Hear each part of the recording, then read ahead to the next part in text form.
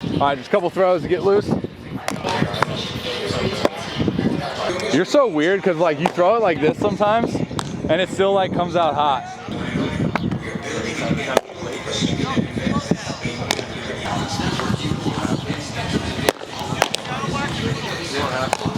I think we gotta get with your catchers too. I think we gotta get away from, for you, like going fastball away or fastball in.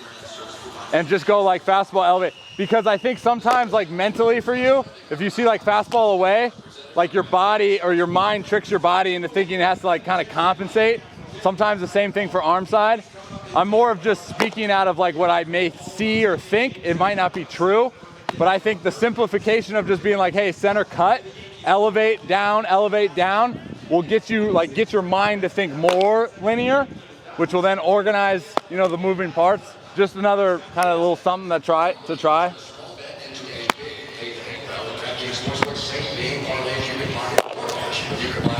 Do you play around with like the tempo in catch?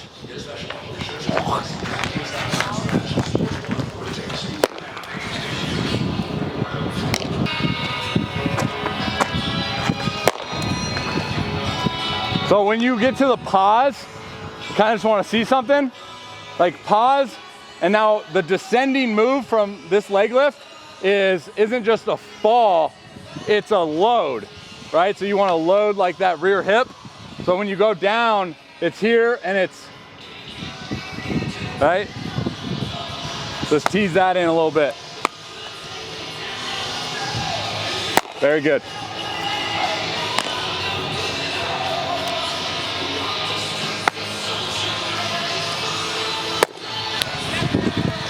Okay, now instead of going from here to load, from here, straight leg, heel turned, whatever you want to do with your hands if you want to separate, but just from here, now it's the same thing, go load. Yep. I'm just giving you different input to see like when the hands need to separate, right?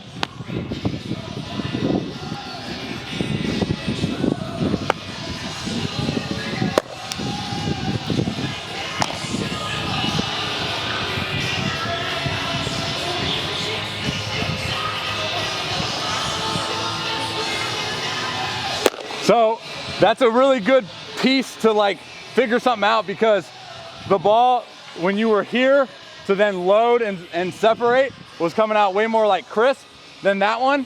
So we know that your hands want to separate at some point from the peak of your leg lift to then when your lead leg goes into knee extension, right?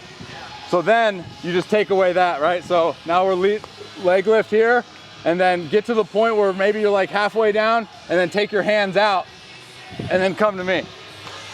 I know there's a lot of moving parts going on. Now just separate your hands. Now come. That's probably right there.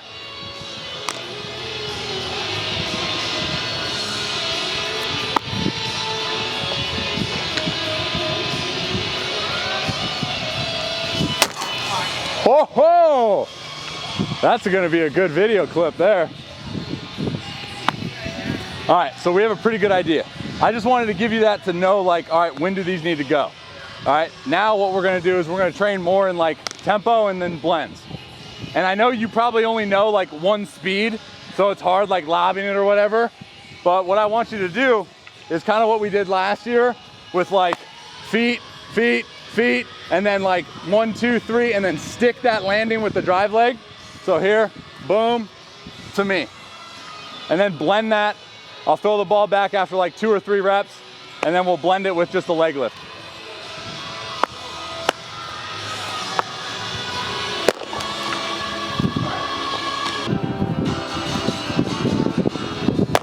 It's night and day to me. Like you're an athlete before you're a pitcher. Like you're a thrower before you're a pitcher. And I think you like, and we all do it, when we try to pitch, like our athleticism gets pressed down. But like when we do stuff like that, like the first thing I saw was that when you stuck that drive foot in, like you got into this way like deeper load. These came out, And then it was like, oh, okay, now I'm on time, and it's just boom to me. And now you have zip instead of the ones where like you're not doing that or whatever, and then it's kind of just like sailing, yanking. The goal, obviously, or the question or answer or whatever, like, how do we like replicate that as best as possible? So like, I would like you to do that one. That was like a really good rep. Boom, boom, boom, sink, separate, go, and then like get the ball back, and then just go leg lift and feel that load upon your leg lift.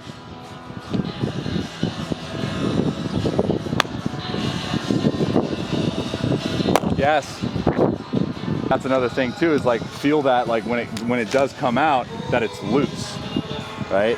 Like that's what I noticed when you were throwing your short box, like just seeing your fingers on the baseball and seeing how loose it was as you descended and as you separated. And then it was like, and it's like tip of the whip, right? Tip of the whip can't be like super stiff or else it's not gonna work efficiently.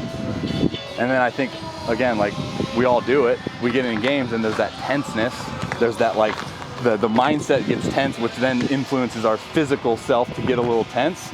And then when we're tense and contracted, then our body parts don't get into those positions that they need to be into. But that's what we do. We find those patterns when we do get some movement and we do get rhythm, right? But it's like, okay, how can we get that on the mat?